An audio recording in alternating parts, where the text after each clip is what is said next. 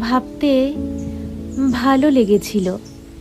এই ঘর, ওই শান্ত উঠোন, এই ক্ষেত, ওই মস্ত খামার, সবই আমার।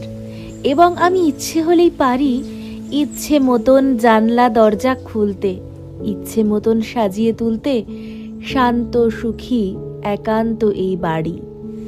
ভাবতে ভালো লেগেছিল চেয়ার টেবিল, আলমারিতে সাজানো বই, ঘোমটা টানা নরম আলো, ফুলদানে ফুল, রঙের বাটি, আলনা জুড়ে কাপড় আমার, সুবিন্যস্ত সমারোহ, সবই আমার।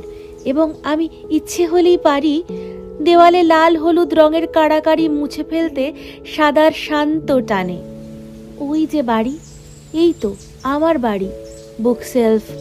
ভাবতে ভালো লেগেছিল এই ঘর, এই ঠান্ডা উঠোন, এই ক্ষেত, ওই মস্ত খামার, আলমারিতে সাজানো বই, ফুলদানে ফুল, রঙের বাটি, টবের গোলাপ, নরম আলো, আলনা জুড়ে কাপড় আমার, শৃঙ্খলিত সমারোহ, সবই আমার, সবই আমার।